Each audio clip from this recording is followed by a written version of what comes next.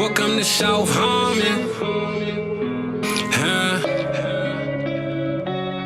Welcome to South Harmon. Hey, welcome to South Harmon. We glad you here today. Another AMA. Ask me anything. Super chat is cool if you wanna pay to play. Like and subscribe, that's what we really appreciate. Let me introduce you to the tear down king. Mike McNutted, ask your questions, he'll answer anything. ATM, you know Adam put them graphics on the screen. Glad you tapped in now, stay tapped in for the team. Hey, everything is posted. Go follow the socials. South Harmon FF tag us if we get noticed. Welcome to South Harmon, we glad you here today. Welcome to South Harmon, we glad you here today. Another AMA. Welcome to South Harmon, we glad you here today. We are back Wednesday night AMA. As you can see, it's OG Mike and it's Adam's new mic. Way over there. Andrew, what is up, buddy? From BDGE and the League. What's up, man? You're rocking the League shirt too? Let's go. Every time I see that, I think about the show. I can't help it. Sorry. Honestly, that's the inspiration. It was we had a home league where we all kind of liked that show, and we named our home league that, and it's kind of spun into something that now I've just kind of taken that whole thing. So it was inspiration from that TV show. I'm definitely Rafi, though, for sure. No question about it. I got a few watermelons with holes cut out. It's consensual, though. There you go. W. Right. Mike and Andrew just shared a bonding moment when Mike took J.J. McCarthy in a startup right now. Andrew has a J.J. McCarthy jersey fresh arrived. He's not rocking it, but it's in the bag. Just got there. So, Still in the pack. Yeah, man. Fresh out the box. I like it. You think, Andrew, were you mad when we gave away Dante Culpepper signed jersey? I mean, where were you at, man? Where were you at to hop in on that one? I got to see who won that. Was I on a BDGE stream with you, Adam? Yeah, I'm pretty sure that was it was day one, right, Mike? We gave that away? Yeah, I'm pretty sure it was day one. It was. Mike, I was in New York City then. We were fucking both just enamored with Nick. His eyes looked like it was popping out of his skull. It was actually pretty hilarious. But here's the good news, right? I've had this massive problem, right? We give stuff away and then like nobody claims it. Like, I tell them just, hey, send an email to it. I'll get you down. I just need your address, all that stuff. Tracking people down sometimes, like they don't respond for weeks or whatever. I give stuff away. So I just pulled up the list, actually, Andrew, and tell me someone claimed it. Are you kidding? Nobody claimed. That's amazing. Nobody claimed that one. That's amazing, Nobody bro. claimed that one. Hey, send it over. I'll put it up on the wall. Put it right there, man. He's got two. He's got Cook and Jefferson, right? Is it Cook? I got Cook, Jefferson, and I got Eric Kendricks right here. So I need to replace some of these older Vikings and throw something else in there. I got an Adrian Peterson one in the pack right now signed. I feel like Moss is the cleanest of the Vikings. It just was so. There was like a 3-year period where he was just goated, you know. I mean, if we could just put the JJ and the Moss right next to each other, I just that feel would like it yeah, be right. that's fair. It's like the new and the old, you know. You gotta get a Jake Reed one, like really go old school. Like That's going back, man. How about a Jared Allen? Oh, come on. That's too fresh, man. I want to go back to the Jake Reed, Chris Carter days. We got, by the way, Matt Dennis has a birthday. I've been waiting all week for this. Happy birthday, my friend.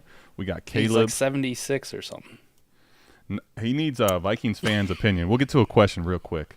Where does Addison rank on KTC after this season? Do we think with JJ there and how this new offense looks with McCarthy under center is going to be good or bad for the dynasty ranking of Addison? Let me just pull it up just to give everyone the current context on this. I'm kind of curious. I think this is a very good question. Wide receiver 22, he's sandwiched in between DK Metcalf and T. Higgins, guys. Where are you at? I feel like he'll probably go down a little bit. I feel like he's more so a Robin to Justin Jefferson's Batman, and not that he's not capable of being a good wide receiver. We saw him have some good weeks when Justin Jefferson was out, but I don't know. It feels like it's a little bit crowded, and you have to really believe in JJ McCarthy's, the other JJ. You have to believe in his ability to feed these wide receivers probably, 40 targets a game? Like, that's probably where he's got to be amongst the whole group. I mean, Hawkinson will be out the first half of the year probably for a good chunk of that, or at least the first couple of weeks. Maybe that helps him, but at the end of the year, he's probably a little bit down on this board. I don't expect him being top 20. Sounds like a logical, reasonable fan. Mike, where are you at? I really like him. I like Same. him, but I think at the end of the year, if you were to ask me, Caleb, I'm saying somewhere between where he is now and lower. Like it doesn't feel like he can go higher. There's a few things working against him. It's 25 not plus. it's not a Kirk Cousins offense, right? It's you're gonna have a rookie quarterback, right? So the passing rate is bound to come down. Like it's bound to come down. They're gonna be a little bit more run focused with Aaron Jones and Ty Chandler. You got a rookie quarterback. Also, last year Addison was propped up by double-digit touchdowns, 10 receiving touchdowns, which is probably not sustainable, being the number 2 in that offense. Just how it is. It's interesting though because there is a situation with Hawkinson, because I'm so down on Hawkinson with that multi-ligament injury, especially for 2024. That outside of that, if he's not playing for the first 8 weeks, for Christ's sakes, and the first 12 weeks he's not even back to T.J. Hawkinson level again, maybe Addison can really thrive and really buoy himself. So he's kind of got some weird dynamics. That's kind of where I say, like, where he's at now feels pretty good. But if he was going to go down at all, I think maybe like 30 is probably like the floor. Yeah. I'd agree with that. I find myself – sorry. No, go ahead. You're good. I was going to say, I just find myself within that tier. Like, I tend to prefer the other guy in almost every situation. Like, you have Zay Flowers there. I probably prefer Zay. You have DK. I probably prefer DK. Tank Dell, T. Higgins. Do you prefer those guys over Addison? I think there's an argument for both of them as well. Like, it just feels like he's smashed in a tier where most of the time I'm not choosing him. Yeah, I think the best case scenario, like if he played pretty well, I think he treads water. Honestly, like it just for him to get higher, I think he's going to have a monster type season because we got all these young guys that we don't know. Some of these young guys behind him probably are going to have a good enough rookie season where people are going to go crazy, right? You got Brian Thomas, Xavier Worthy, Ladd McConkey, all these guys below him. You got the 25 class is going to be coming in, so you're going to have probably inherently one or two of those type of players that go ahead. I think he had a great season or a better than expected season for him to like tread water, frankly. I don't even think that's a knock on Jordan Addison, the player. It's just his situation given the landscape. It's just unlikely. But Caleb, I think we're all in agreement there, which is interesting. And here we go, man. Let's start it off the right way. Tyler, Bang. $20 super chat. Appreciate it, Tyler. Catch up on the startup from Power 3 wide receiver trade. Okay, so we got a 12-team Superflex, 1.75 tight end premium, full PPR. We're starting 10. The team turned into Daniels, Baker, and the Steelers QBs. Okay, so we got Fields and we have Russ.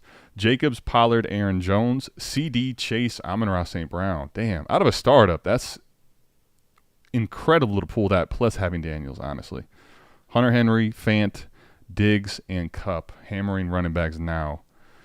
How many futures have you traded away is my question. Is it all of them?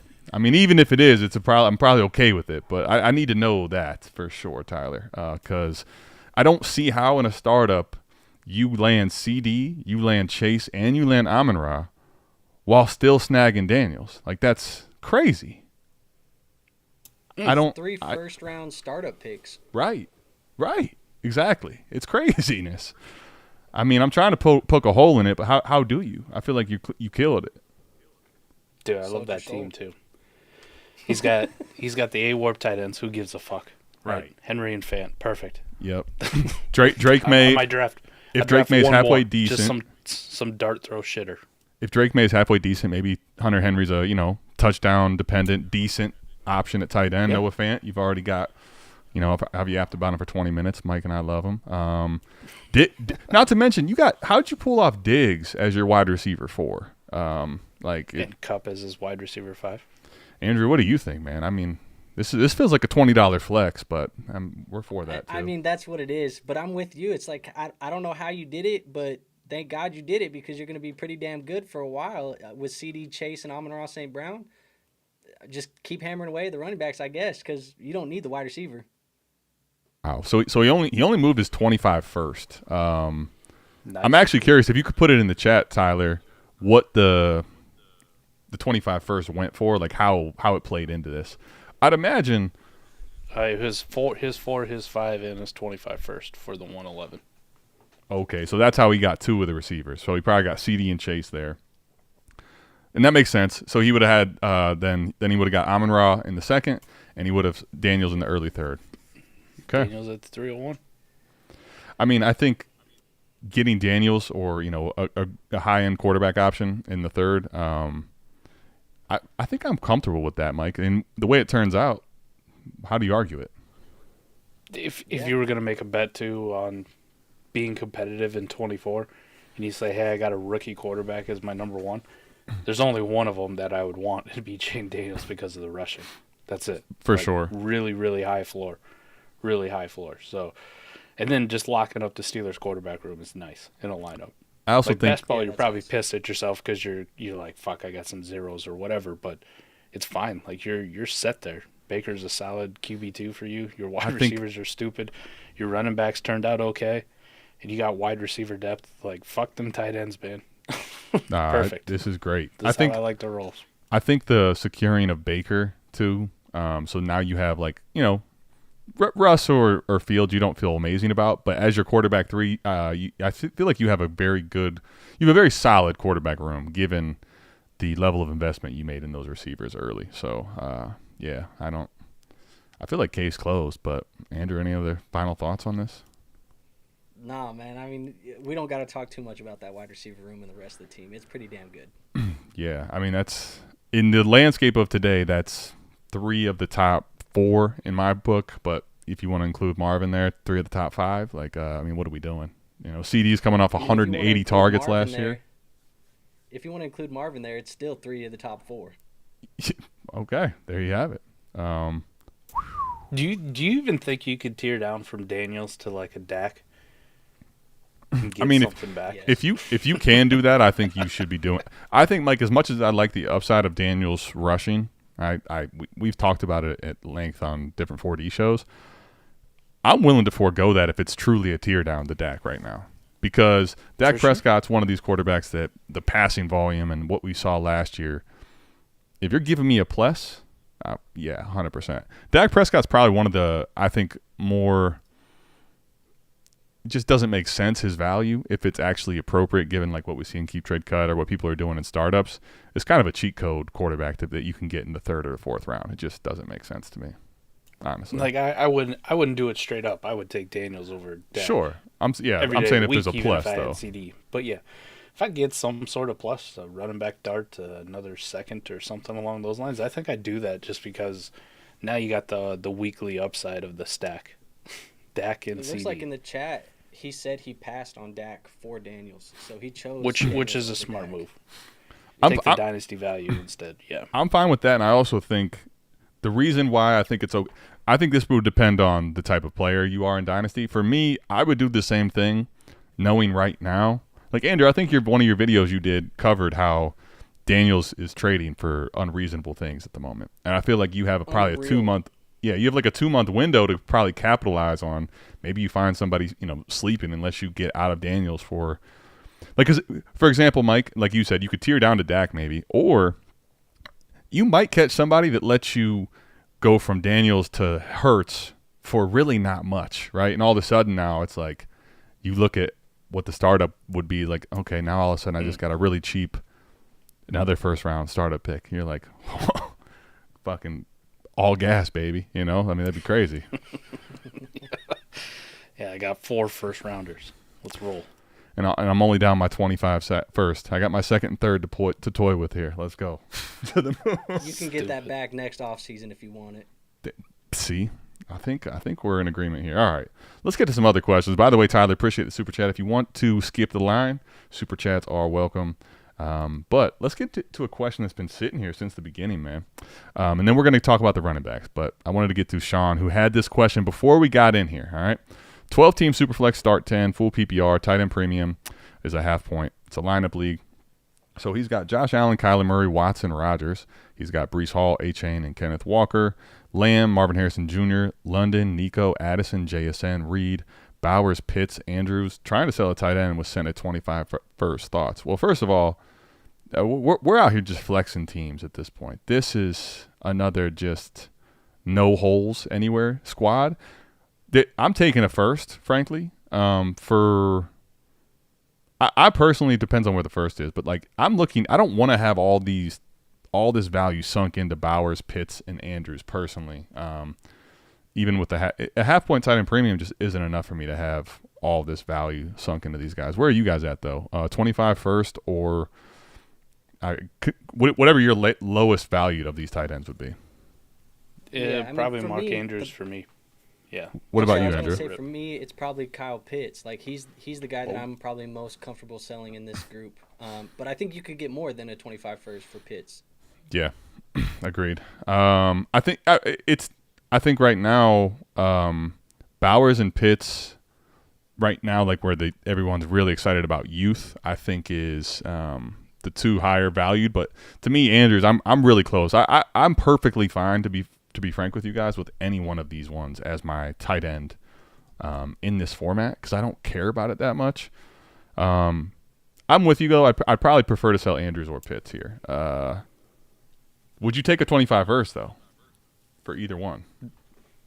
Not as just a straight up no. For me, No, I need a toss in the way his team's constructed. Like let's get one of these running backs with a job, right? Like these unsexy. No one gives a fuck about. Like, give me that as a toss-in with that 25 first, and here you go. Have Mark Andrews. So, James Conner, Alvin Kamara, Aaron Jones, something along those lines. Somebody who's old and just not sexy, but you know. Zach Moss? Yeah. I like Zach Moss. You don't like Zach Moss?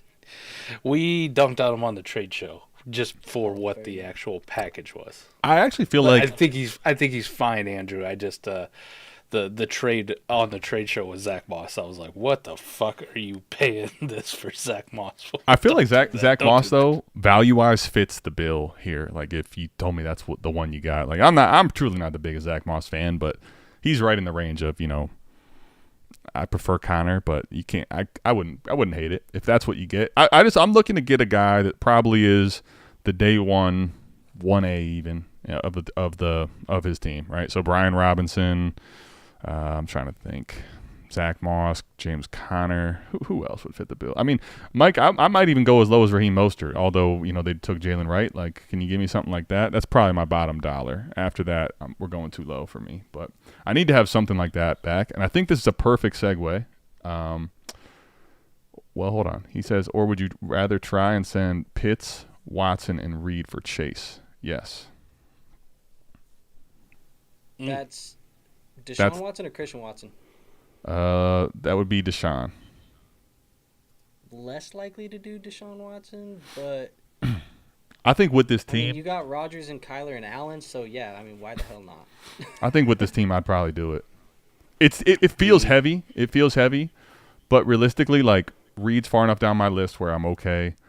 Pitts is a tight end that I'm trying to move off of, and Watson, like I think he's probably at a depressed value, but I'm willing to do this. I think, given that team, because if you make, it's QB3, and he's already got another one on the. You go because you still have Kyler and Allen at quarterbacks, right? Rodgers is your quarterback 3. I'm fine with that. But now you go CeeDee Lamb, Marvin Harrison Jr., Jamar Chase, Drake London, wide receiver 4. Sheesh. Get a running back tossed in though. Get a running back. You'll find one. Get a dirt cheap one. I don't even care. Give me a body. I just want a dead body even. Give me fucking Tyrone Tracy or Kamani Vidal or there you go. My guy. Just somebody along those lines. Just Right. give me a body Jerome running Ford, back something. who's on like the 2 or 3 deep. Now, Well, fuck, let me get 2 of them while you're at it. If you're just giving stuff away, let me add 2 shitters in. Because I just want some bodies here to backfill this RB room with. that's a perfect segue, Mike, to get to the thumbnail. All right, I want to talk. What do we think right now? Trey Benson, Jonathon Brooks. Right now, Keep Trade Cut has these guys both almost right there as top 15 backs. Currently, Jonathon Brooks, RB11, in between Kenneth Walker at running back 10 and James Cook, running back 12. Trey Benson's running back 16, right behind Josh Jacobs and ahead of DeAndre Swift. So my question for you guys is, 1, is it appropriate? Do you think the values for them, do you think it's roughly the right range? And then if not, if yes, cool. If not, like let's talk about what backs then probably are being devalued around this range. So, Mike, I'll let you start, and then Andrew fill in with what you got. Looking at it, like I have a hard time not arguing for him in top 15. It's not like there's a bunch of guys that they're in front of that I go, oh my God, like how egregious. Actually, it's kind of the contrary. Like, what the fuck is Josh Jacobs doing in front of Trey Benson at this point? After what we saw last year, why I would much rather have Trey Benson. Like, the upside there path is pretty good. Josh Jacobs, you hope returns to 2 years ago, motivated, wanting a contract. Josh Jacobs. Versus what the fuck we saw last year. And he just got competition with a young, exciting rookie in his backfield, too. So that's a tough one for me. I think A.J. Dillon just got killed with Josh Jacobs coming in, and then they drafted Marshawn Lloyd. I'm with you on A.J. Dillon dead. But if you got dead long before that. If you got Fair. Pacheco, Rashad White, James Cook, Kenneth Walker, even, I mean, if you're still riding the Kyron train above Trey Benson, that's fine. I won't argue any of those guys above Jonathon Brooks, though. None of them. And I would actually argue that Jonathon Brooks should be above Kyron Williams. So Jonathon Brooks should be in the top 10 by all accounts. Okay. Trey Benson, I would say if I move Josh Jacobs out of the way, he should be top 15. So to answer the thumbnail, yeah, I think both of them should be in. And if I look at the guys behind him, like I can't really make a case for Swift, Monty, Javante, Joe Mixon. Like none of those guys over Trey Benson. So, I mean, at the end of the day, when it happened, right, Jonathon Brooks got the draft capital. He got the landing spot, the Dave Canales effect. But he still has the ACL, so that kind of brings him back a little bit level with the field. Trey Benson just ended up in an offense sitting behind old, injury-prone James Conner in a super exciting offense led by Kyler and Marv now that I think we're all aboard on. Trey Benson takes over this backfield halfway through the season. Adios. Adios. You're going to wish you got him at RB16 prices. I had somebody try to buy him today, like 3 or 4 different times at him, and it's just, I'm not even counting. What do we just, humor us? What are we talking about? Marshawn Lloyd in a second, a second and a fourth. Like that kind of stuff. A second and a fourth. Well, okay. At least Marshawn Lloyd in a second. Like process-wise, I'm not saying you take it, but there's some merit to the idea. A second. I just used a second on fucking Trey Benson. Yeah. What is your fourth a year out from now really doing to make me even think about this? That's crazy. It's your fucking league too, right? It's your league where I just spent the 202 on fucking Trey Benson because the RB warp is. Can I say I was shocked in that league, by the way, Andrews. This is a start 16 best ball. It's insane. But the running backs are juiced a little bit, and the warp line on running backs is crazy. So Mike, part of the reason I moved my 207 thinking everybody's smart enough to not even let Brooks and Benson go to round 2, and I wouldn't have got him at 207, but I'm watching you draft him at 202. Like, what are we doing here? Score. Yeah, that was a big win for you. I only sent one counter at him, and it was, I'll take Marshawn Lloyd in your first next year. I just want you to know that he's not fucking moving, okay? Call that establishing the price, all right? But establishing it. Andrew, go ahead. What do you think on the matter? Yeah, I mean, I agree with Mike in the sentiment of there's not a lot of guys below them that probably even deserve to be mentioned above them. But I will say Monday night, I did a bold predictions episode about the 2024 rookie class over on my channel. And one of my bold predictions was that Trey Benson, even if James Conner is healthy the entire year and plays as the starter the entire year, I think Trey Benson can average 12-plus fantasy points per game as a rookie and probably finish in the top 24 as a rookie, even in your redraft leagues. So I think he's going to be a guy that we can plug into our lineups year one, even with Conner there. And we all know the story about James Conner not being there next year. We assume he's not going to be there next year. He's not going to be under contract. I think the ceiling is going to be as high as possible for Trey Benson. And then Jonathon Brooks, we've already talked about that with Dave Canales and the wide open running back room. So I agree. I think, it feels high because we're already talking about rookies who haven't played as top 12, top 15 assets at the position. But if there's any position where that's probably acceptable, it's this running back position. Yeah. I think that Trey Benson, the interesting part is, so it's round 3, which makes you think all right, round 2 and round 3, both good. They're day 2 draft capital, but we've seen guys even with day 2 draft capital that don't get the work, and you're kind of like scratching your head, why the fuck is this happening? But Trey Benson, the difference for me is with him, James Conner, if you look at his contract, this pick almost is a passing of the baton, right? Like, James Conner is not under contract next year, and you figure with Kyler, with the big heavy contract that he has, they're not going to pay what's going to be a turning – he's already 30-year-old running back now, right? So I think with Trey Benson, I'm definitely on board with his, especially technically outside the top 15. So, like, listen, I like DeAndre Swift quite a bit, but you talk about 5-year difference, and we've had a hard time with DeAndre Swift staying on the field. You know, they haven't gotten rid of what's his name, Khalil Herbert, guys that could end up being, you know, pain in the ass for a DeAndre Swift owner. Yep. David Montgomery, I mean, listen, what are we talking about here? There's no way. I say I kind of like Monty in a buy, but that's definitely not at RB18 prices.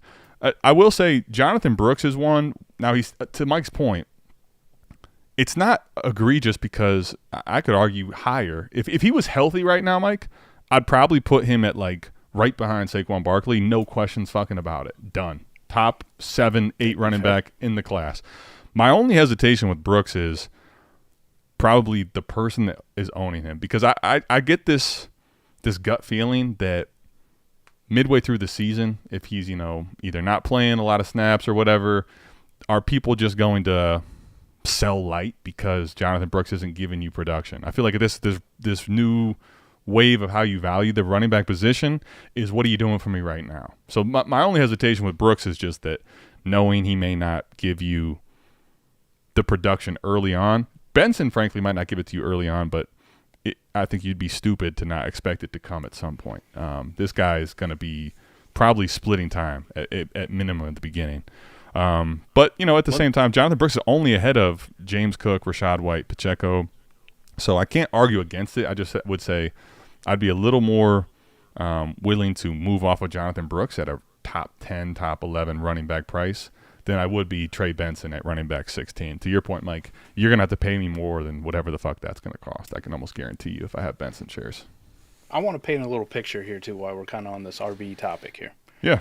So I'm going to give you guys some numbers, right? Some analytical numbers, and, you know, we dive in a little bit to analytics, we dive into a little bit to the film, but there's certain things I look for that are very fucking important. So I'm going to tell you, this RB last year was number 1 in the entire fucking league in our opportunity share. Okay. Meaning he got the ball more than anybody else on the field for passing downs, on the field running the ball, got almost all the carries when he was playing.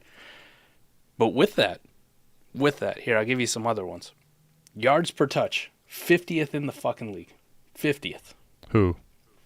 Oh, 50th in the league. Got it. Juke rate, 53rd in the league. Evaded tackles, 31st. Breakaway run rate, 48th. Number of breakaway runs total. A guy who had the number 1 opportunity share in the entire league. He had 5 total throughout the year. 5. And yards created per touch, 49th in the league, 2.89. Absolutely fucking atrocious. And that guy is Josh Jacobs. That guy is Josh Jacobs. So you can give me the whole song and dance about how the situation is fucking great. I'm telling you, he has like no juice after what we saw last year. They gave him all the touches, Adam. And your biggest thing about like Kyron, where you and I kind of agreed, is like those touches for Kyron are bound to go down. Right. Now, the difference between Kyron and Jacobs is when you look at Kyron's numbers and you dive into his advanced analytics, yes, he had a shit ton of volume, but he was actually fairly efficient with the numbers that he had, right? So if his volume came down, you could still see a scenario where, like, damn, Kyron might still be an RB1, like back-end RB1, even if Corum took some work. I'm telling you, if Marshawn Lloyd takes any of the fucking work from Josh Jacobs in Green Bay, he's done. Like, an RB2 at best. And this is a guy, like, people are out here arguing, oh, he's way better than Trey Benson. His situation's so much better. How the fuck do you know? He was terrible. He was atrociously bad. So much so that shitty prospect Zamir White, who has like 19 ACLs, came in for the last couple games of the year, and all of a sudden we're going, oh shit, look at the juice. Look at the juice. Why the fuck wasn't Zamir White playing more? Instead, they just gave the ball to Josh Jacobs, and he'd run for 3 yards and fall down. Yeah, I mean, obviously, it's going to be the case for Josh Jacobs or not for Josh Jacobs. You laid out the not for pretty clearly. Is that you go back to 2022 and you see a career year, right, in a situation that was above average, and you go to Green Bay and it's like, okay, offensive line better. Derek Carr was actually solid, above average, honestly, in 2022. But Jordan Love should be an upgrade there. The offense as a whole should be better. So if he hasn't completely actually turned into ass, which it looked like he was last year, that's where his value is going to be had. But to your point, we don't know. The contract to me seems to say that you would think that he's going to be getting maybe not opportunity share of 85%. Let's be fucking reasonable here, but a lion's share of the backfield. But even if A.J. Dillon, if they give Marshawn Lloyd, let's say 30-ish%, and then A.J. Dillon gets like 10, all of a sudden he's around that 60% range. Maybe he's more of, like to your point, RB2. I'm probably more in the middle on Jacobs. Like I'm not overly high on him, but I'm not like out. I know my bet. I think the thing that people have to really understand is I think Jacobs is becoming more of a next year, and then we'll see. A lot of people I think are projecting Jacobs to be Green Bay's back for a longer period of time than I'm willing to say that he's going to be. But Andrew, what are your thoughts on Jacobs? No, I think the bet that you make on Jacobs is going to have to be, I guess for it to be a good bet, is probably a lot of receptions being used in the passing game as a pass-catching back, which we've seen him get used like that in the past. And then also probably a lot of touchdowns. He's going to have to get in the end zone a lot, which, like you said, Adam, a better offense, so probably more opportunity here. But with that being said, I will say I like Marshawn Lloyd a lot more than I think a lot of people in the industry do. And I think he is one of my favorite buys or one of my favorite investments in rookie drafts this year at the running back position, because you're getting him around cheaper than guys like Benson and around cheaper, sometimes 2 rounds cheaper than guys like Brooks. But I think 2 years down the road, we could be having Marshawn Lloyd in a similar conversation as those guys. Yeah, I mean, running back 36 versus running back 16, Trey Benson and Marshawn Lloyd. It's a pretty – I'm not telling you I wouldn't rather have Trey Benson, but the gap shouldn't be that big in my estimation. Yeah, well, and that's why I say he's more of a favorite investment for me, because I spend so much less, but I think that the ceilings are probably similar. Fair. Marshawn Lloyd's only problem, and the only thing that like gives you hesitancy about drafting him, is the fact he fumbles quite a bit. Like, he's got to clean that up. He's like the Antonio Gibson of this class. But same thing with Antonio Gibson, though. If Antonio Gibson learned how to hold on to the fucking football and he wasn't in the doghouse all the time, Antonio Gibson had all the juice, all the tools to be an elite running back. And you saw that in his rookie year when he came out, and you're like, oh, shit, this is a dude who played wide receiver at Memphis? What the fuck were we doing in Memphis? Like, why was he playing wide receivers? So Marshawn Lloyd has that juice.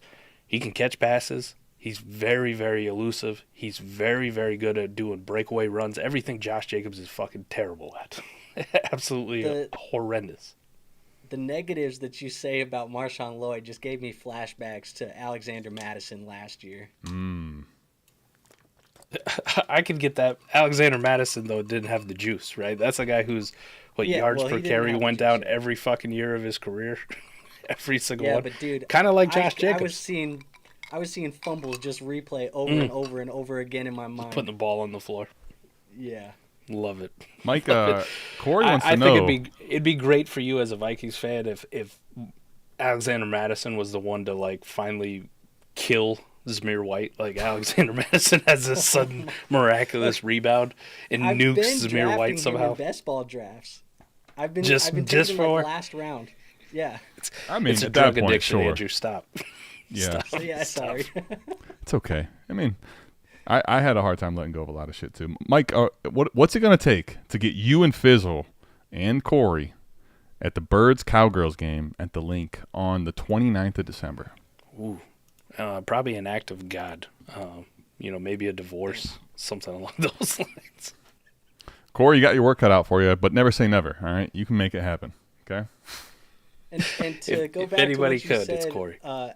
Adam, I am just barely getting over Irv Smith Jr., so it takes time to heal from some of these wounds. Irv, unfortunately, I will admit, I've been somebody that's chased for a lot of years, a lot of really bad bets. Irv has been one that I've, from the beginning, been preaching against, but you know, it felt like, here's the thing. There's people that are still believing in Irv Smith, and I don't understand after last year at Cincinnati with how little opportunity he got, what people still see. Hopefully you're at least off now. But well, oh yeah, I'm out now. I was out once he went to Cincinnati. That was when like you're my last straw. But good. This helmet right here on the shelf, that's Irv Smith's? Nice. It's signed, yeah. So I just haven't got rid of it yet. Listen, I mean, plus you get a little, homerism. I've been too high on a lot of Browns over the years. Unfortunately, I'm having a hard time with reality of Nick Chubb. A lot of my dynasty teams, I've gotten rid of him, but it's just, you hate to see it, man. You hate to see it. Let's get into some questions, though. We got a lot of questions here sitting, so let's go straight into it. If you want to skip the line, Super Chats are always welcome. Mr. B says, I traded Addison plus a 25 third for a 25 first and Leggett. 12-team PPR, Superflex start 11 lineup. So, Mike and Andrew, Addison and a third and 25 or Leggett and a 25 first. Mike, you go ahead first. I'd take that tear down all day. All day. Even if it wasn't Leggett, man. Even if you replace Leggett with a guy that you and I disagree on, Adonai Mitchell, I'd still do that. I'd still take that one. Yeah, I think if you gave me one of those second-round receivers like in that range. What about Pearsall? Let me ask you that. Oh, easily. Okay. Easily. I think Ricky Pearsall's criminally underrated. Now, the problem in why he's underrated is because you look at it and you go, oh, he's the fifth option in San Francisco. But, right. Adam, if I were to tell you they trade Debo or Ayuk tomorrow, now we have a conversation. He rises to the range with Keon. Yeah. Well, he might even go higher. He might be in that conversation with Brian Thomas and Xavier Worley. Right. Well, yeah. For me anyway, I have a tier where it's like Brian Thomas just ahead, and then I have like Xavier Worthy, Keon Coleman, and Ladd McConkey. But point is, he's going to be in the mix probably for anybody, even if you don't like the guy, at 202, and could probably go as high as 109, 110. But right now, I mean, that's the problem. People are not willing to wait, and the other reality is, what would happen to Ricky P if for a year they didn't actually move on from either one? I think that's what people probably, really fear that. And I don't know how realistic that is to actually happen, but we're 100% in agreement on this process. Andrew, do you agree or disagree? Are you too high on Addison being the Vikings lover for this? I mean, we opened up the show with me saying I think his value is going to drop over the year. So I think that I'll take the 25 first and the 207. What I don't like is that he says Leggett. I almost like the trade better if you don't tell me you drafted Leggett, because I'm not a Leggett fan. You're not a Leggett guy. Okay. But I don't mind it. Yeah, I think the mid second in this class. What's weird is that spot is like, it doesn't matter what you did. Whatever falls to me, I'm happy there. Like, whether it is, like Mike said, it's Adonai, it's Pearsall, or it's Leggett in particular, those three receivers. And if it isn't one of those, that means somehow you let Benson, or like the draft where Nick fucking snakes Jonathon Brooks at the 207, those guys fall there. So it's too easy for me here. I think the big thing for me with the replacement of Leggett and Addison, I think Addison probably outscores Leggett this year, but I wouldn't say it's in the range of outcomes that Leggett couldn't have a great season and outscore Addison. But I think the biggest thing is this 25 first now, I can move probably in most formats in season to secure, a Addison type. Maybe not quite as sexy of a name, but someone that scores roughly what Addison scores, right? And if I don't do that, what if this fucking team that I'm sending Addison to is worth betting against? Dear God, now what?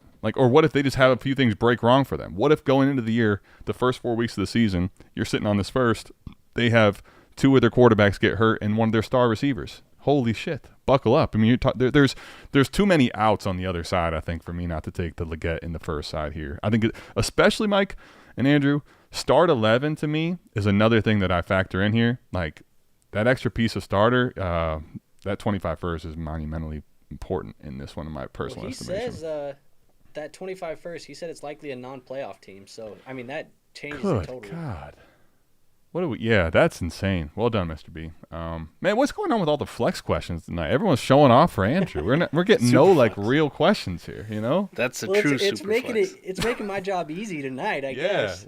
None of these are even really like kind of you could see split audience on it. All right. So you guys just talked about this 3 wide receiver start last AMA, I think, right? Not sure specifically what he means by that, but I think the opening question, the super chat. Yeah, with the 3 wide Oprah receivers. super chat. That was a super chat from the week before when he had the picks. D-Walk, listen, man, it's what we do. We tuck the shirts in. By the way, I'm always tucked around here. But yeah. Here's the update, Andrew. I took J.J. McCarthy for you, hoping I could take Drake May on the turn. Sadly, he went 1 pick before I'm up. Damn. Okay, Yeah, Tim has a rough life. great one here. Are y'all hesitant at all to draft Xavier Worthy where he's going? I feel like most people had him low before the draft and are bumping him up purely because of being in Kansas City. Feels like CEH and Hardman again. Okay. I'll just say this. I understand why people can maybe feel this way, or he didn't even put in here Sky Moore. I will admit, though, while I get that feeling and that worry, to me, Xavier Worthy is not the prospect that CEH was, that Hardman was, or that Sky Moore was. Like, I think Xavier Worthy, depending on who you're asking, people are very high and low on him. I think he's actually a solid prospect. And the fact that they traded up into the first round, like, I'll give it a little bit of a tiebreaker bump. But to me, I already had him pre-draft process, Mike. Now, granted, I didn't have all 6 quarterbacks fucking in the first round, so that throws things a little bit. But I had him in that late first range. So to me, I didn't move it all that much, frankly. Like, to me, I just kind of stuck with where my rankings realistically were. I'm comfortable with him anywhere from probably the 110 to the 202, and I don't think he should go anywhere later than the 202. I don't normally see that. I think I've seen the 201 in one of my drafts, but I don't think it's – I get the feeling. I just don't think it's 100% true of Xavier Worthy being like a less than prospect that's getting the KC bump. But Mike or Andrew, you guys go ahead and tell me what you think.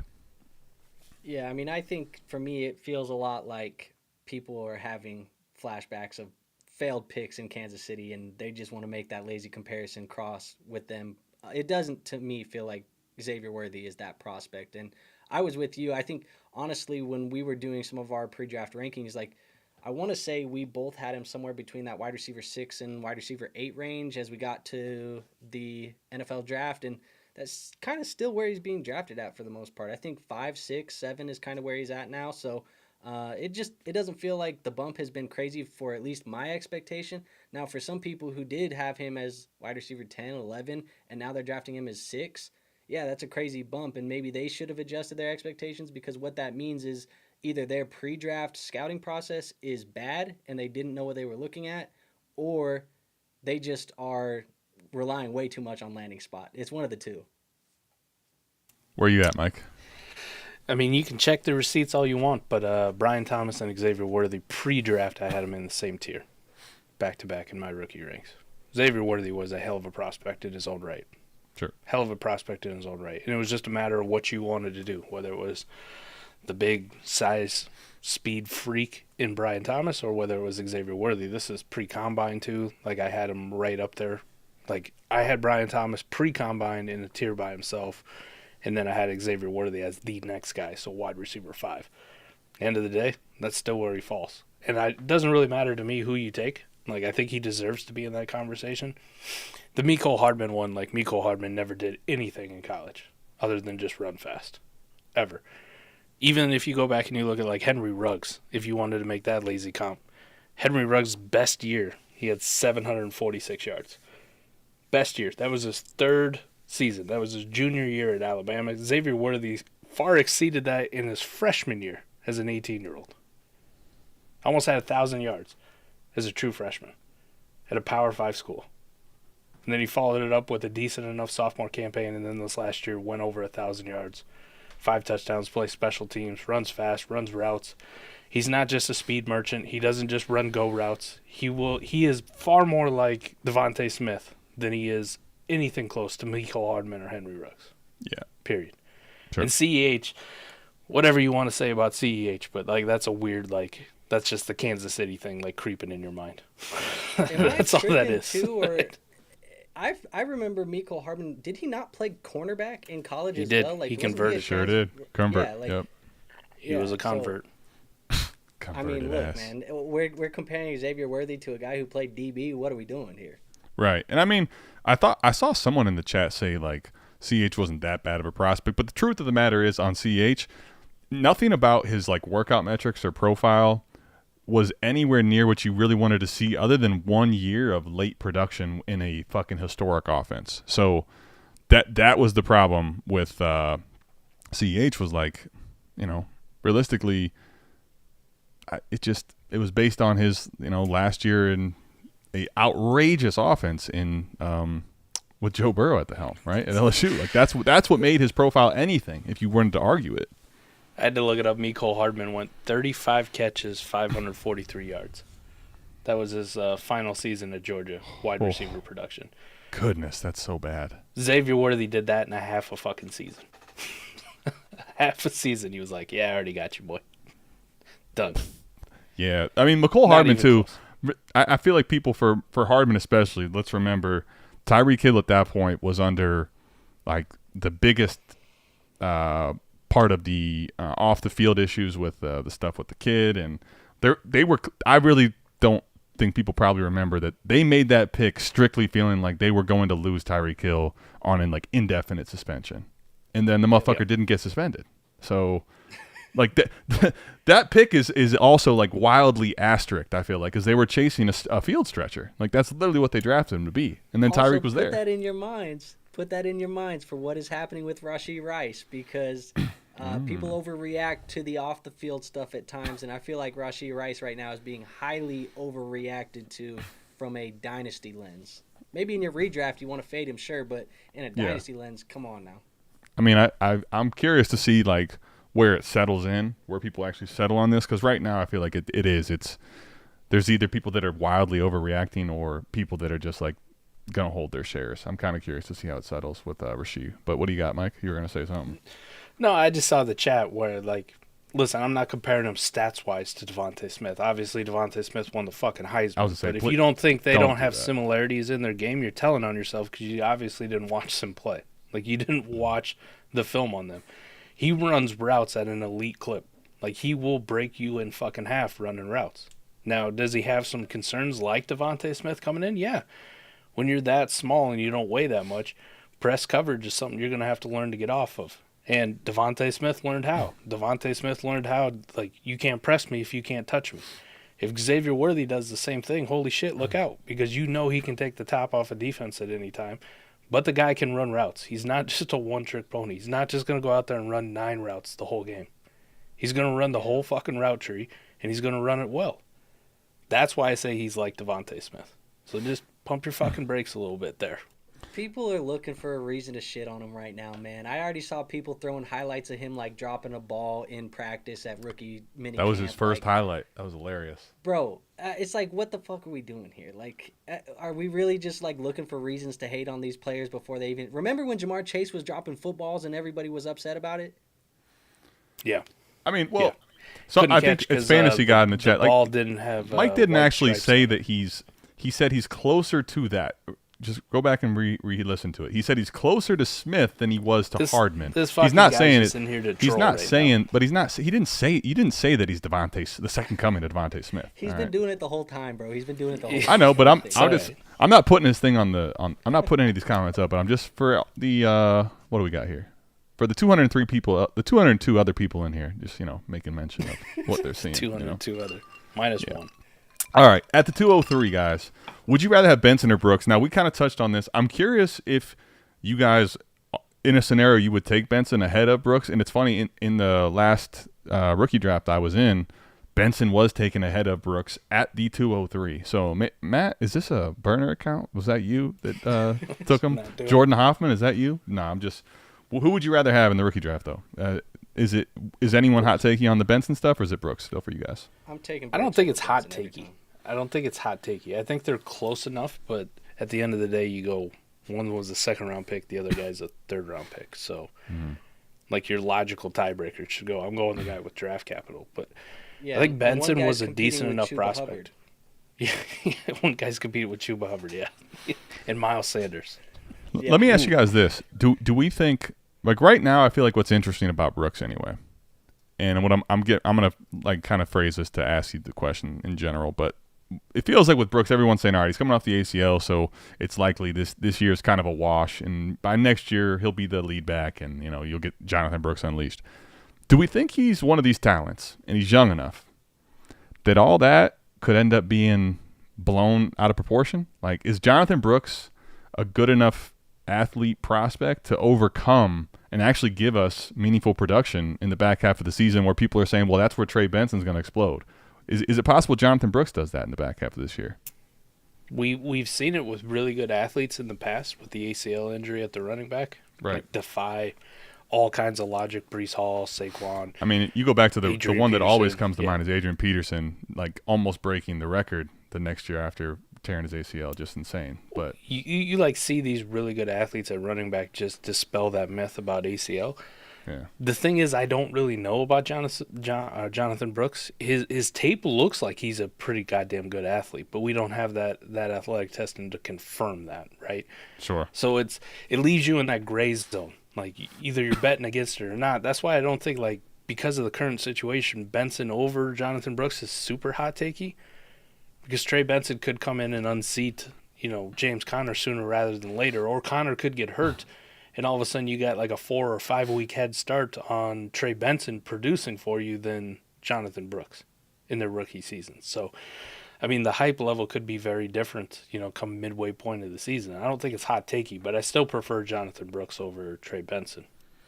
Yeah, I hot takey was probably actually not the best word choice. It's not. It wouldn't be hot takey. Their ADPs are close. They're, I don't know, early to mid seconds. I just mean that go against consensus is probably the way I should have said it. Go ahead, Andrew. No, I was going to say, I mean, in my pre-draft process, when I was trying to rank out these running backs, like, I kept flip-flopping between Benson and Brooks, and Benson and Brooks. Who did I want to be the RB1 in this class? And ultimately, I leaned pre-draft Benson. I mean, I leaned pre-draft Brooks just a little bit, and then got confirmation bias after we got the landing spots on that. But I feel like for me, it's just I'll take Brooks, but I don't think Benson's like a way worse talent than Brooks. I'm right there with you, Mike. I agree. Yeah, no, it's fair. I'm taking Brooks. I will say too, like while I said that Benson to me, I would have a hard time arguing that he's not at least accurate at running back 16. The one thing about him is we've seen running back prospects that we like, frankly, get drafted in round 3. That I'm not going to project that he doesn't get work at all, but we have seen these guys either get work in a non-meaningful way. Like, third-round running backs are not a lock to ever get, like, highly, a high number of touches. It's not a lock. I think that it's more likely than not Trey Benson is going to get more than his fair share to shine. But these guys are not, one, guaranteed to get a huge amount of touches, and two, if he fucks up early, if he's, not making the right reads or fumbling and stuff like that, it wouldn't be a surprise to see him not get as much run as we were hoping for, because it's third-round draft capital, although it was, I think, pretty early third, right? Wasn't it like the second pick or like third pick in round 3? Yeah. So Right. that definitely matters too.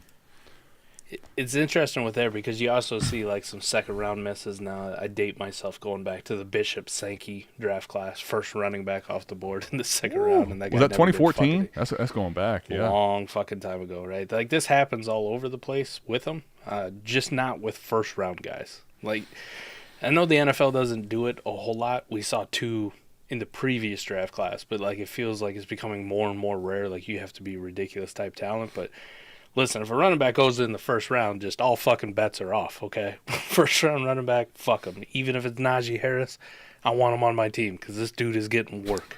Like, he is getting work.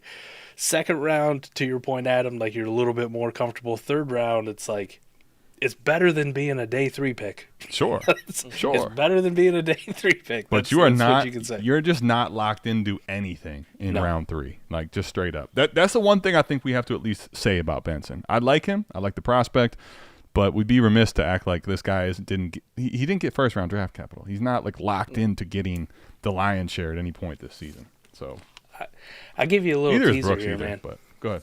By By the way, Redwoods has a great one. I just want to put this out there. Rumor has it Mike wears those sunglasses because that neon South Harmon light is so bright. And It if is. you look at his and mine, that thing is fucking humming. Go ahead, Mike. What else you got? DB's been working on a project, hit rates, but not hit rates just historically off of top 24, top 12, that kind of shit. Okay. Hit rates based off of warp, which I actually give a shit about, right? I don't care about your end of the season overall rank. But I just wanted to pull that up because I wasn't too sure. What about hit rates for running backs by round? And this goes back to 2007 for data, Adam. Okay. So top 12 or top 24 warp seasons. For running backs? Yeah, what would you guess like the fall off is for round 2 versus round 3? I have not. The problem is when you make it warp, like I have no idea, frankly. Warp versus running back 1 and 2 feels like it's drastically different from year to year too. So honestly, I don't know. But hit me with it. I'm curious now. So top 24 hit rates for running backs in warp, right? In their first 3 seasons. So we give you a 3-year window. On their rookie contract, yep. On their rookie contract. You have a sample size of 15 guys with second-round draft capital, but you also have a sample size of 13 with third-round draft capital. So really not that much of a difference between the two. Mm-hmm. It's basically the same. There's a little fall off, but listen, if you go in the second round, you go in the third round, your hit rate chance for in your first 3 seasons to be a top 24 running back in the league is pretty much the exact same.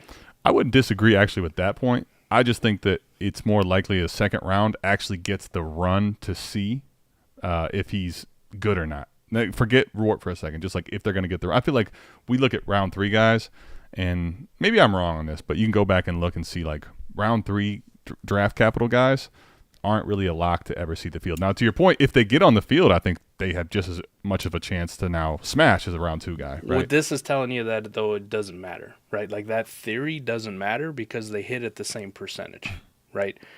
So a round 3 guy is getting the same opportunity to get on the field as a round 2 guy, and why they hit at the same rate. Well, I think that it does. Can I tell you why it does? Because for me, if Trey Benson isn't seeing the field with meaningful reps, I don't have tradability with him. Jonathon Brooks might hang around for another year with tradability. To me, that's part of it. Was like, if my guy doesn't get on the field in their rookie season really at all, like this value of RB16 is going to fall in a fucking huge way. I think what you're saying, though, with Jonathon Brooks, though, has to be like the ACL is going to be baked into his value, where people are going to give him a pass. Correct. Yes. If Jonathon Brooks didn't have the ACL and he didn't get on the field like Trey fucking Benson, 100%. hypothetically in this situation, it wouldn't matter if they're round 2 or 3, is what I'm trying to say on the other side.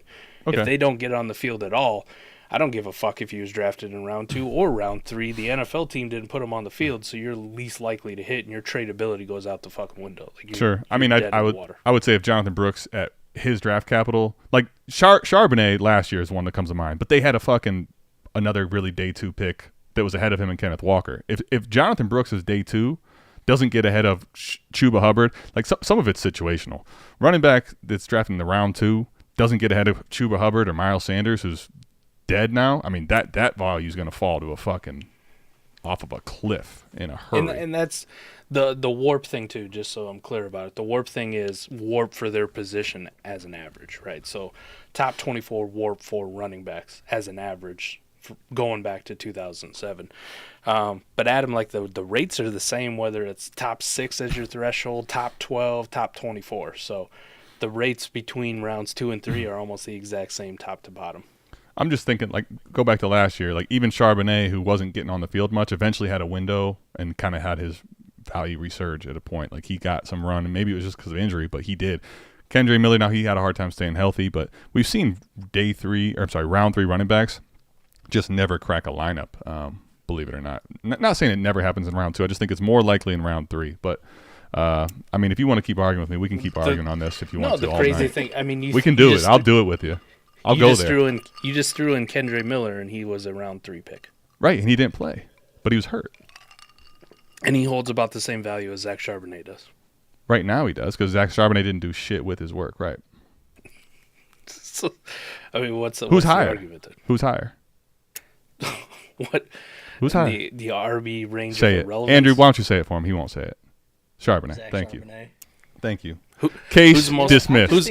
Case closed. Who's the most valuable running back out of those guys, though? It's a round 2 Go ahead, guy. Andrew. What? I'm sorry, Andrew. No, you wasn't keep saying third round running back, and I just keep thinking of the amount of Tank Bigsby shares that I drafted last year, and how I just don't want a single one of those anymore. And that was just a sunk third-round running back that I feel like I purchased. Fair. Anyway, we can keep arguing, but I feel like we probably should get to someone else's questions or points. Devon A-Chain did okay for a third rounder. Sure did. He did all right. He got on the field. I'm talking about guys that don't get on the field. But, yeah, I also said that third rounders never going to get their shot, and they're always going to suck. Talk about fantasy god. Is in real life in front of me now. He's just making shit up. Okay, fair. It's like when we talked about Tip Reeman. I bring Tip Reeman. We're going to have a 7-hour stream. And I bring up Tip Reeman, and Mike's. I mean, told me I was taking him ahead of Trey McBride. It got wild in a hurry. If Brooks is the top 10 running back and will easily become a top 8 running back, why are we not drafting him directly behind Worthy and Brian Thomas Jr.? Well, I think that actually ADP is reflective of him coming off the board, like right after these guys. No, Mike. Like, isn't ADP him like a late first? Yeah, he's been moving up as the draft cycle's gone on. Like, yeah, he was at the 201, and then it was the 112, and now it's like 111, 110-ish. Like, he is coming off in the same range. Yeah, I'll pull up the rookie draft. Go ahead. Theo put it right in his fucking comment, right? Just, you can delete all this stuff and just highlight the part that says RB. There's your fucking answer. Sure. He's a running back in today's dynasty landscape. There's your fucking answer if you ever wanted one. Now, running back versus wide receiver. It's pretty easy right there. Can I tell you, Theo, though, the thing is, Mike, that's a very good point. Now, but Theo, the crazy thing is actually go over to South Harmon ADP. So if you type in southharmonff.com/ADP, we actually just updated this. Let me give Tom a shout out. Tom and Koopa worked on this. So now you can actually go and specifically look at one draft type, and it's not going to change if someone clicks on it. But if you go to the Superflex rookie under rookie drafts, you will see actually it's the 109 Xavier Worthy, 110 Brian Thomas, and 111 Jonathon Brooks. So it actually is ADP in all the drafts is reflective of him coming off the board right after those guys. Actually, weirdly, right ahead of Ladd McConkey too. So I think that's appropriate. I just think sometimes in certain drafts, Mike, we've seen Jonathon Brooks fall into the second round, but I don't know that he will easily become a top 8 running back for sure. I think that if it breaks right, he definitely will. But I don't think that's a lock to happen. Right? I think we were saying that if he was healthy right now, I'd probably put him there. But he's not healthy, and I don't know that he's a lock to do that. What were you going to say, Andrew? I see you had something. Yeah, I mean, I feel like top 8 feels like a little bit of a stretch for me, honestly. And I think it's because it gets down to like what Mike is saying, where he's a running back. That's part of the reason why we're not drafting him as high as we are. Also, he's a running back who, when we talk about him, we have to say the word ACL, which we also don't want to do when we talk about running backs. So that's also part of the argument for why he's probably faded just a tiny bit. And the third part of this argument is, look at how damn good this class is. We have, 6 top 12 quarterbacks. We have all of these guys that are worthy of draft capital in our rookie drafts. And so, yeah, he fades a little bit, but I think he's in that same tier there with Worthy, BTJ, Bo Nix can be thrown in that tier, Penix in that tier. Like, there's a lot of guys right there that pick your poison. Yeah, you might take Brooks at 110. Maybe you take him at 202, but it's all kind of the same tier of guys anyways. I'm not sure. You don't have to, by the way, homeboy. I appreciate you stopping in. He's listening. Well, he is, right. But you don't have to. But what I'd like is that Matt Stallings goes, I definitely am. They made me famous. Famous. I was famous. Yeah, famous. Matt is definitely famous. All right. Tank does hurt. Oh, Corey. Don't do that, Corey. That's not fair. I made that bitch famous. I love it, man. There we go. There's my Andrew, just out here rapping on the side. Hey, the Kanye song just came right to my mind, man. I love it so much. All right. I need something else in my head other than BBL Drizzy. Need something else in my head, Andrew. Okay. Well, there's some Kanye for you. Too late, 25 first, and Benson, or Garrett Wilson and Dobbs. Superflex, half PPR, 12-team start 9. What we thinking? This is technically for the chat, but it's on the screen, so we'll answer it too. Too late 25s and Benson, or Wilson and Dobbs. Start 9. Half PPR. I mean, the thing is about half PPR, Mike, we found out in Warp, it's not all the same. Just because it says half PPR, sometimes that wide receiver line's still really high, even in half PPR. It still is. I guess would a late 25 first and Trey Benson be enough to get you off of Garrett Wilson? I'm taking the Wilson and Dobbs side. I think, man, the crazy part is, like, I could see this both ways, honestly, based on my team. Because it's only start 9. Start 9, I could see where, like, dude, maybe these 225 first. I think it's probably reflective of the market. If I know that I can move these 25 first now for something legit, if I have, let's say, my own, like if I have 3 25 first and I can go buy a receiver like Amon-Ra or something, sure. The problem is, though, Garrett Wilson is probably the safer bet side. I think that he's probably due for a big time season. The one thing I'll say about the Garrett Wilson side is this: if I'm paying up 225 first and a running back like Benson that I think could be good, I'd rather even pay up another whole first and get to a for sure fire wide receiver than I would, like, Garrett Wilson still is on that speculative of elite, right? He hasn't actually shown me, and if I get burnt on that, like if he's not actually elite in year 3, then I think we're probably looking at a problematic thing for what his dynasty value becomes, frankly, right? God damn it. I like the way you do business, because just thinking about it, to your point, Adam, I will say this. At the end of the day, right, say he makes this trade. Now he's got Trey Benson in a half PPR, which isn't bad. We were just talking him up, right. Greatest running back prospect of all time, according to Fantasy God.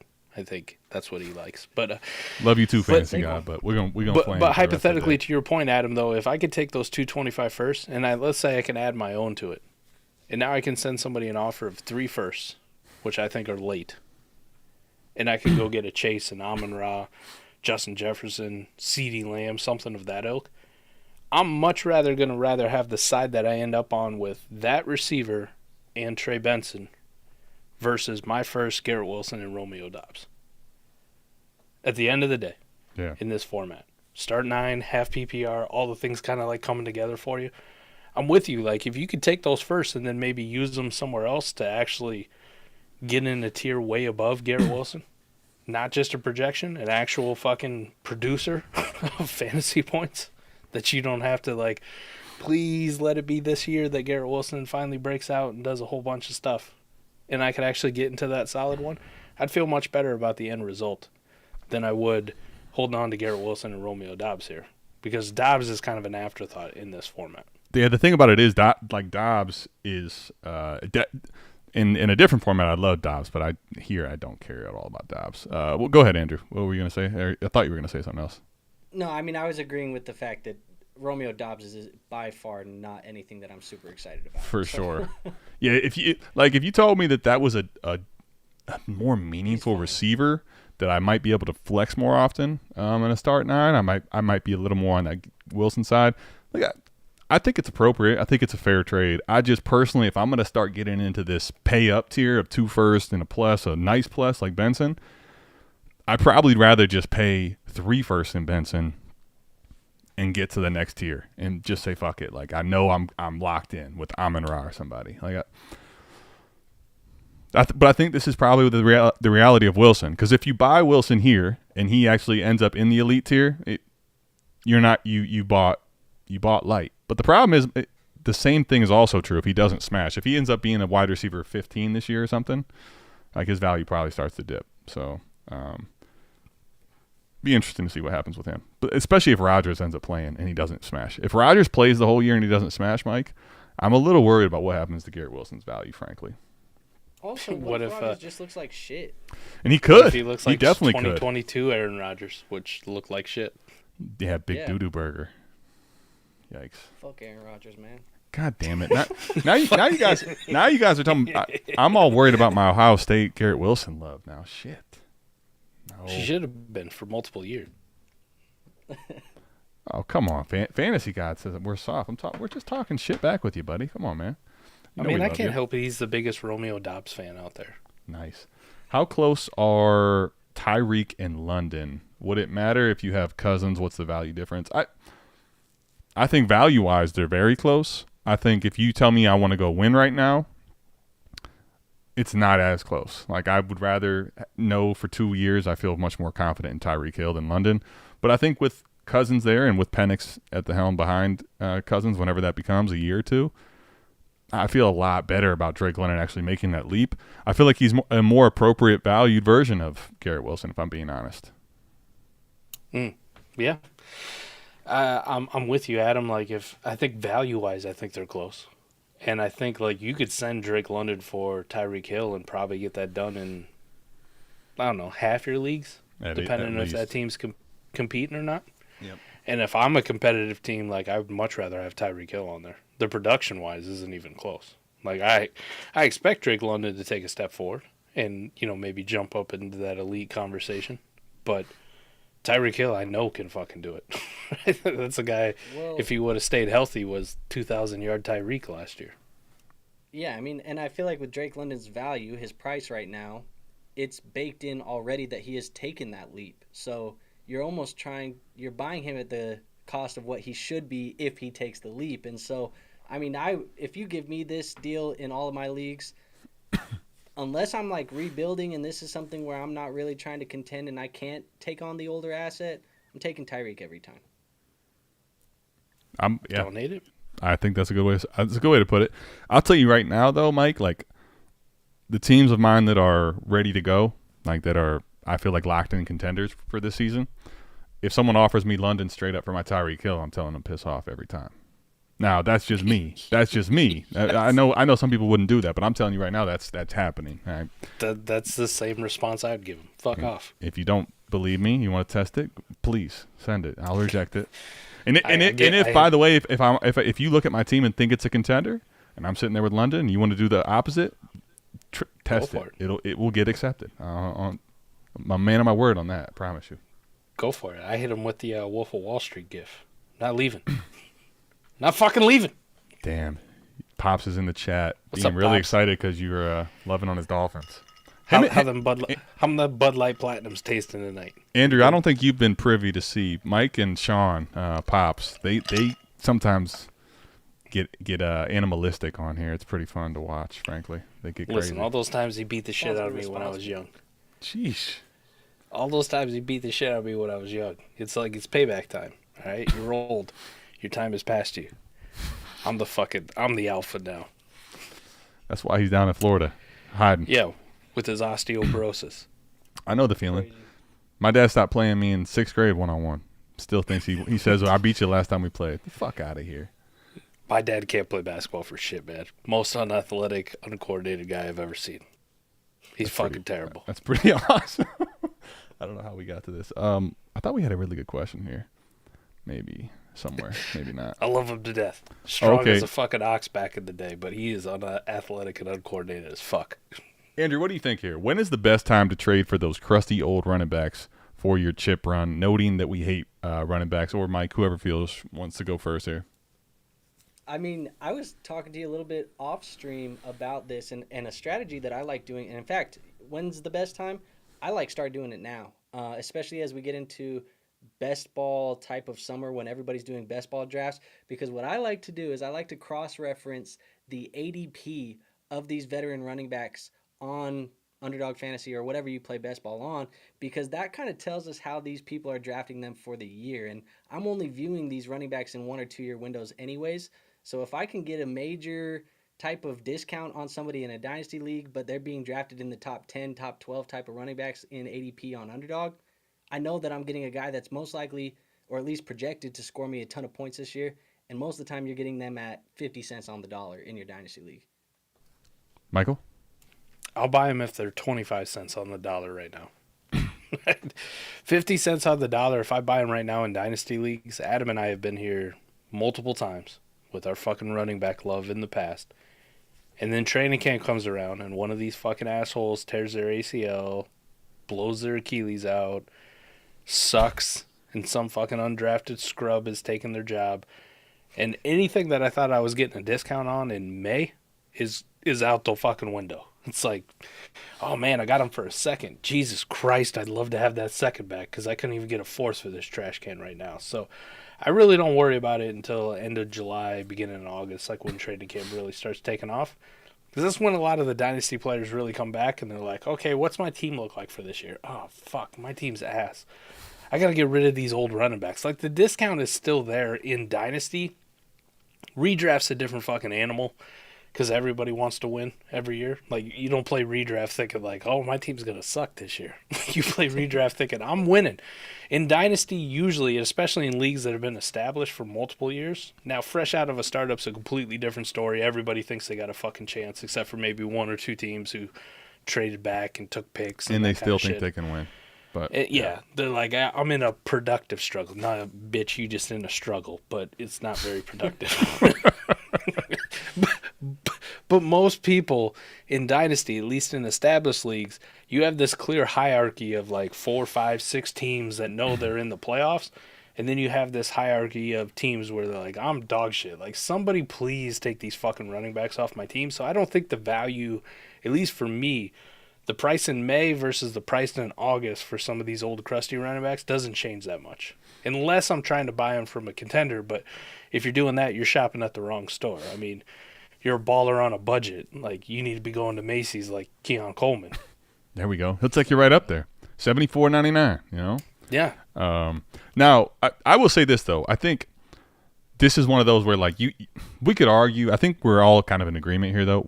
We could argue what the price discount needs to be. But right now is the time where a lot of these veterans at the running back position are devalued. So I think we're on board that starting now, I would probably say I'm a little more towards, like, June, July. I want to get closer to that. Because here's the reality, though. That late July, early August, there's a pivot. If you don't know what it is, start looking for it, and you'll know exactly when it happens. The whole league, almost simultaneously, but certainly like in a matter of 1 week, will shift the way that they're valuing everything from this, very big youth movement dynasty that we're in right now to, okay, who's scoring fucking points for me right now? Like the Tyreek Hill value will start to go a lot higher, those type of players. So I want to do it like right a little before that window happens because that's when a lot of those discounts close. But I think we have a super chat that will, I think, help us get to the question. Basically, let's talk about what the discount would actually look like for us to buy these guys. All right. So first of all, Tyler, appreciate the second super chat. My man is out here supering away. Everyone talks about if your team's competing. What does a competing team look like versus when to know you're not?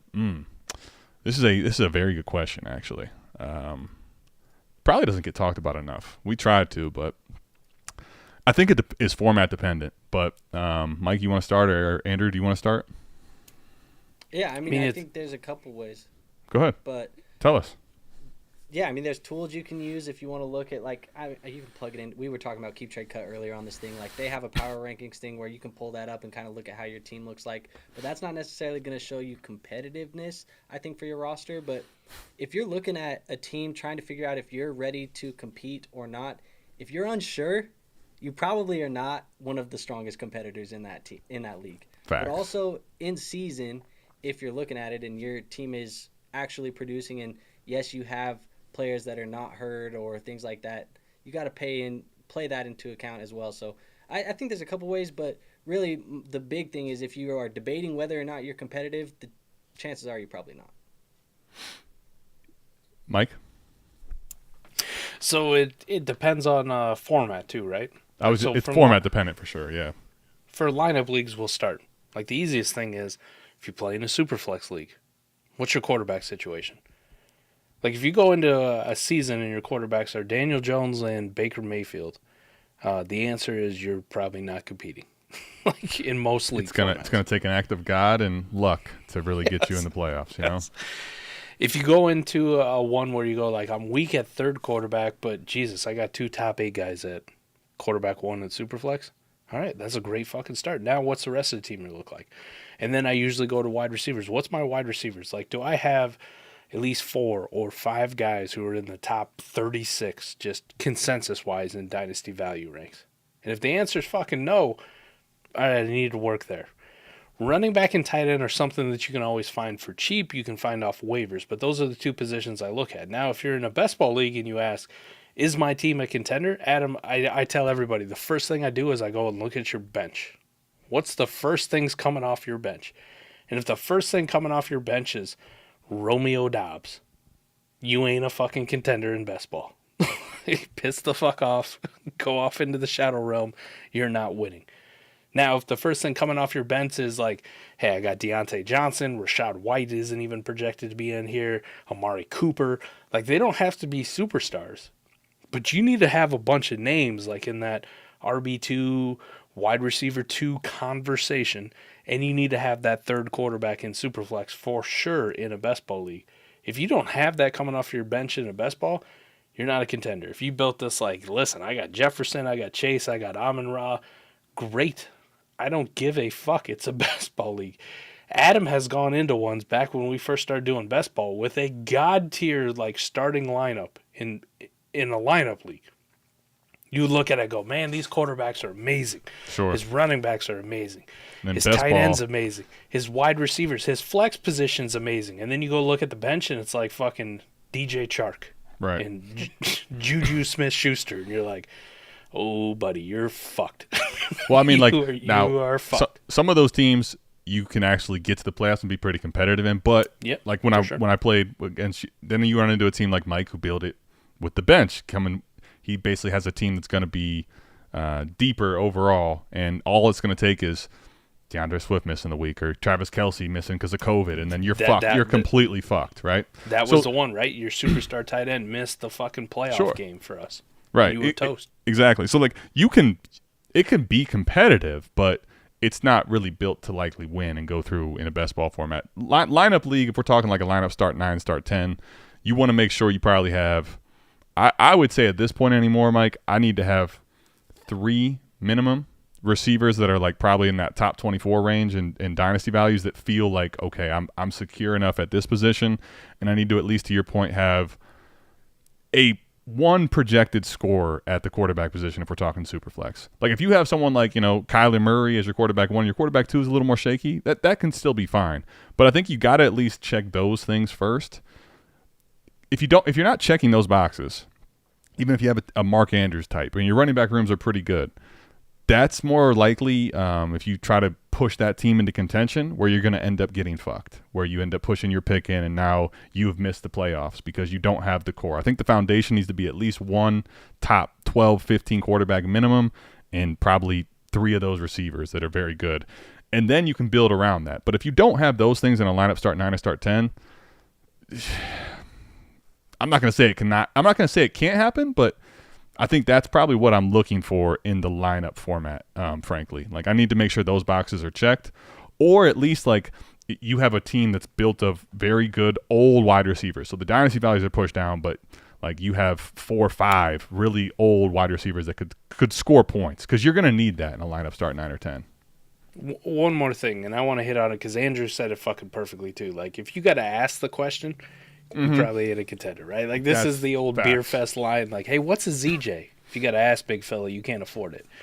A lot of these teams where I rebuild for a long time, or I rebuild for multiple years, Adam, I know they're ready for a contender when I look at my roster and I go, Jesus Christ, man, I'm deep as shit. Like, I got to start consolidating some of these fucking guys. Like, I got 7 wide receivers or 8 wide receivers, or that super chat we had earlier where the guy had like a stacked lineup and 3 tight ends, and he's like, what the fuck do I do with these tight ends? Like, what can I accept?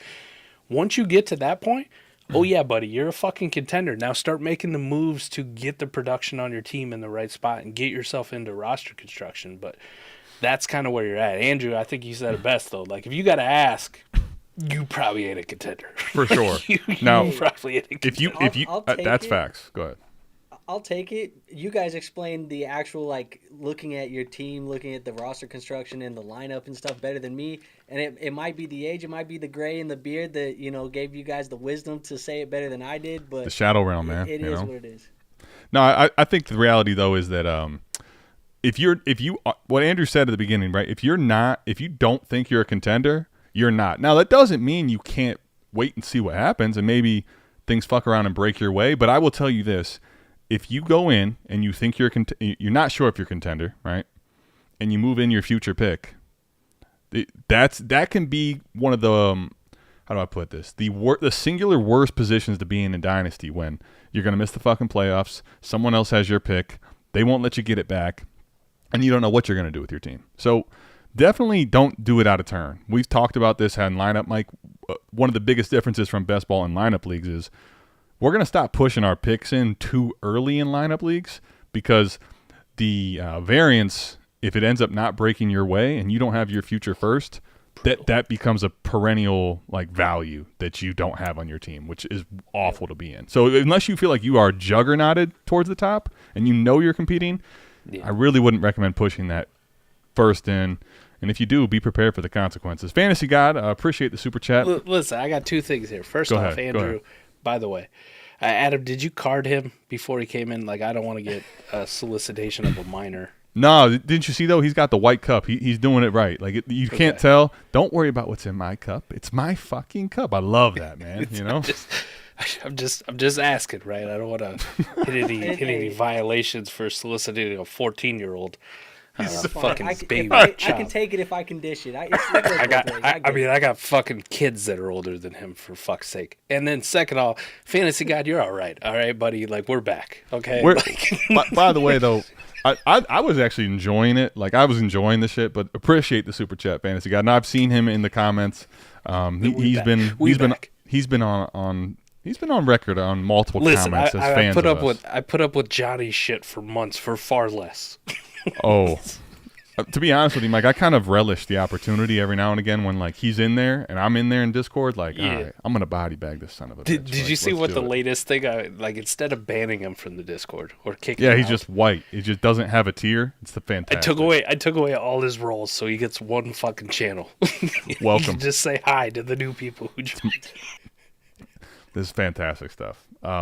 Here they come, hot and heavy. All right, fuck it. I was getting ready to get. One more thing about go ahead. Ending stuff is if you really want to like reference how competitive you could be, check out some redraft rankings. Like that's going to tell you how competitive you should be this year. And I also will say for somebody who only plays in lineup leagues, I don't play in any best ball dynasties. Fraud. I don't sell my future first, man. I don't do it. Even if I'm competitive, I really don't try and sell future first. Yeah, if you can do it in a perfect world, it's once you're confirmed in the playoffs and, now it's like, all right, I'm ready to, see if I can get something to hammer out the rest of my team or some, injured player fill in a gap. Cool. But the timing of moving that pick, I think, is absolutely massive. To your point, don't do it until it's a lock. What do you got, Mike? Dude. Andrew comes on this show and he's like, I don't play in any best ball leagues. And I can just see like the Savage members, like our big tier of fucking people. They're thinking like, hey, what's a way I could weasel fucking Andrew into a best ball league? Like, they're going to fucking rob you, all right? And just so you know, I just want you to be prepared. You're the fish. He ain't doing it. I'll just tell you right now, it ain't happening. There's no chance. Zero. You are the catch of the fucking week, Andrew. All 14 years of you. Jesus. Good. I love this. This is where I feel like I got to be Chris Hansen and be like, please have a seat. please sit down. Why'd you bring a case of beer? My fellow Minnesota brother, what type of ceiling does JJM? I like this. There's the differential. I've been kind of wondering, like, how do we differentiate the two? JJM. Okay. This is letters. Is how I've seen it. Yeah. Okay. And we're actually going to get a deal done with JJ. Kwesi? Yeah. The floor is yours. This is for you. What type of ceiling does JJM have this season? Look, I think I'm going to be happy if he's a top 16 quarterback this year for fantasy football. That'll be happy for me, but I think I'm going to be okay if he's a top 24 fantasy football quarterback. Like, I'm not putting the ceiling crazy high for JJ McCarthy. Obviously, the situation is fantastic. But I think this is a guy who, even before he was in Minnesota, I felt like he had to have a little bit of experience that he's going to have to gain at the NFL level. So I'm still gonna be happy no matter really what he does, unless he like really is ass. But it is what it is. And then is Kwesi going to get the deal done with JJ? Yes, he is. I think he's going to get that deal done. Andrew, that was actually good analysis. I was listening to all of it, but I was trying so hard to keep my shit together because when you really think about what Mike just said aloud, this is, no Diddy vibes all over the place. You're the catch of the week, Andrew. All 14 years of you is a new all-time Mike. Yeah, I mean, you better have been listening with headphones on. Oh my God! Because if you didn't have headphones on and you're out in a public place, people are starting to look at you. Yeah, I mean, to be fair, at least for Mike, no one can look into his eyes right now. But This absolutely stays on the screen. That Corey is fantastic for this. Corey hasn't been able to tap into AMAs of late. Great catch, Corey, to catch Mike's catch of the week. But big We really are congratulations catching out the to Corey, predator though. here. Corey good out there call. getting a degree, graduating. Good job, Did Corey. graduate. Yeah, we gave him valedictorian a year ago at the expo for graduating South Harmon, but he graduated real school this year. So I didn't think that fucker was going to graduate too with as much golf as he plays. to be fair, have we confirmed? Is it real school? What? Is it Phoenix? University of Phoenix online? Oh God. Oh man, I fucked that up. All right, we'll get it back. All right, the roll says same borough league. I traded Tua and QJ for Herbert. The QJ thing, like that might as well be a 4th rounder, right? Yeah, that job. don't mean Give nothing. me Herbie. I think Mike, I talked about this. Like, okay, I feel like now at least we're starting to see the Herbert thing catch up with what we were talking about for, I don't know, 4 months now.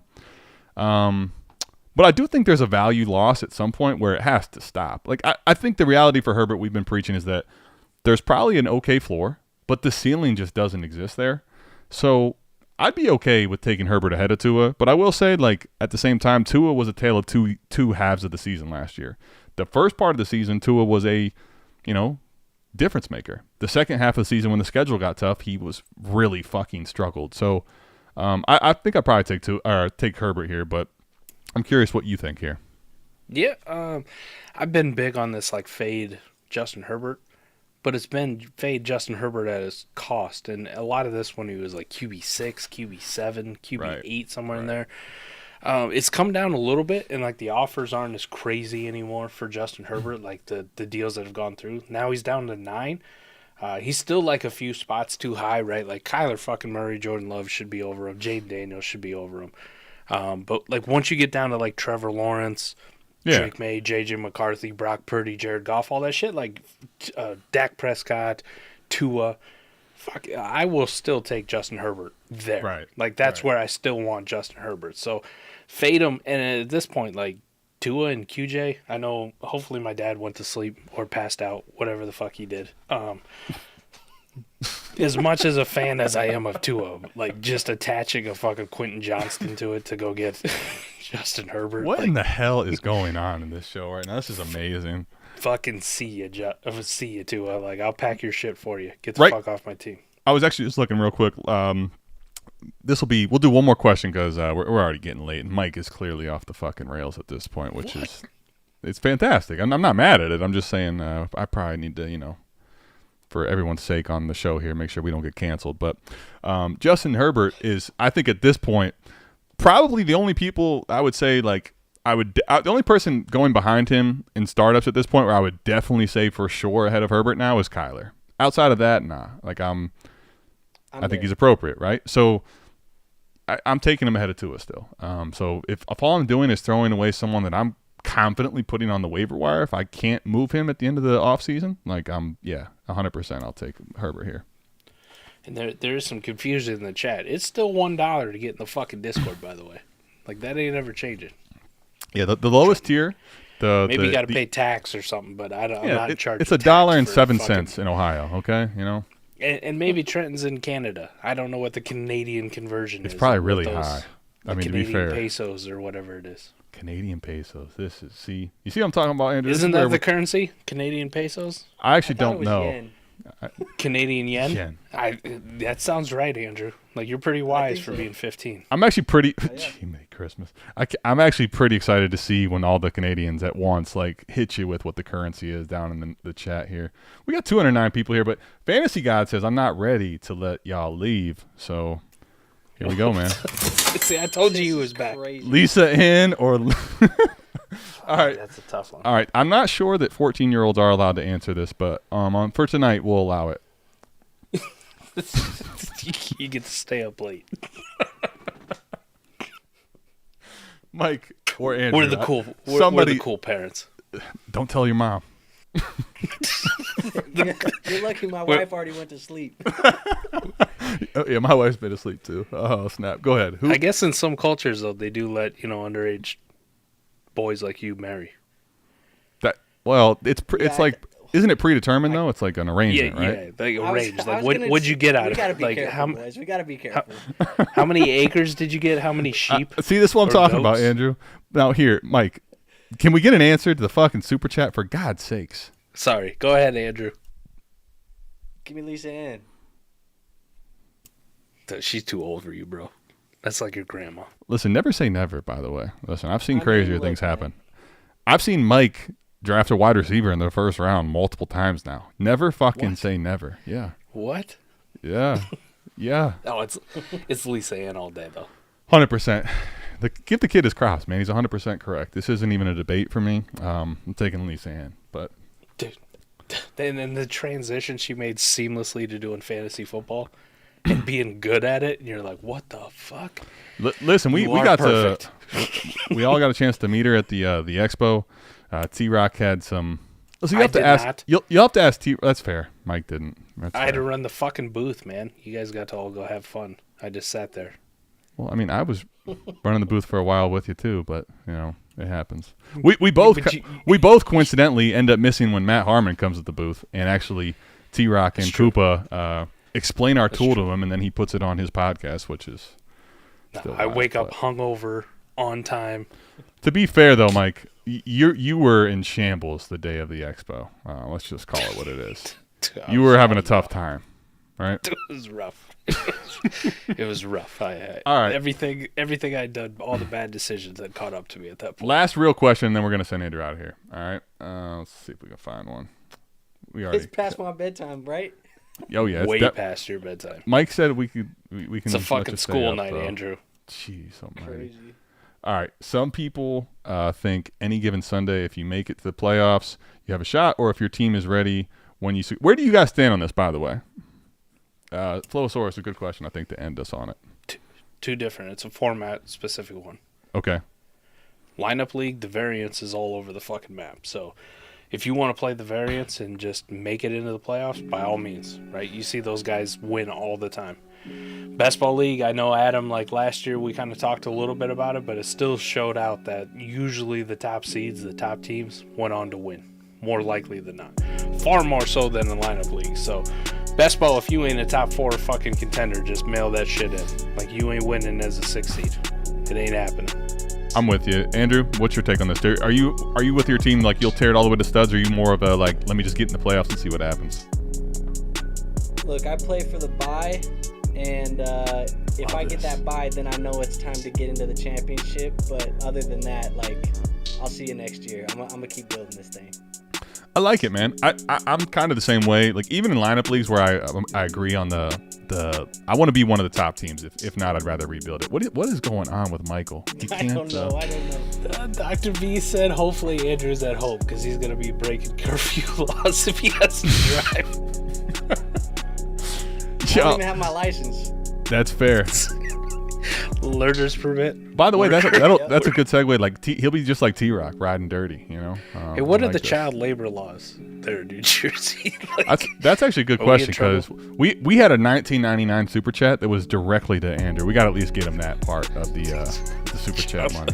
So hopefully we don't break any laws, and hopefully we can pay him in U.S. dollars. No one's updated us on what the currency in Canada is, for the record, but it's because all the I Canadians saw are asleep. somebody say Canadian leaves. Canadian leaves. That's actually pretty sweet. I will say though, we're right on the fence, guys. We're right on that border. Like you could go one way or the other. This is about 2 to 3 minutes from Mike for sure canceling us. So while we appreciate everybody being here, Andrew, really appreciate you stopping by, man. Go ahead and plug your stuff before we get out of here. Yeah, man, if you guys want to see some Dynasty Fantasy Football content, really any type of fantasy football content that you want to see, come over to the League FFB. You can find me on YouTube, or if you want to find me on Twitter, X, whatever you want to call it, at Andrew2True is where you guys can find me at. Make sure you're following at Andrew2True on X and on YouTube, the League FFB. We appreciate you stopping by, and we'll see you back here, same time, same place. We're out of this thing. Peace.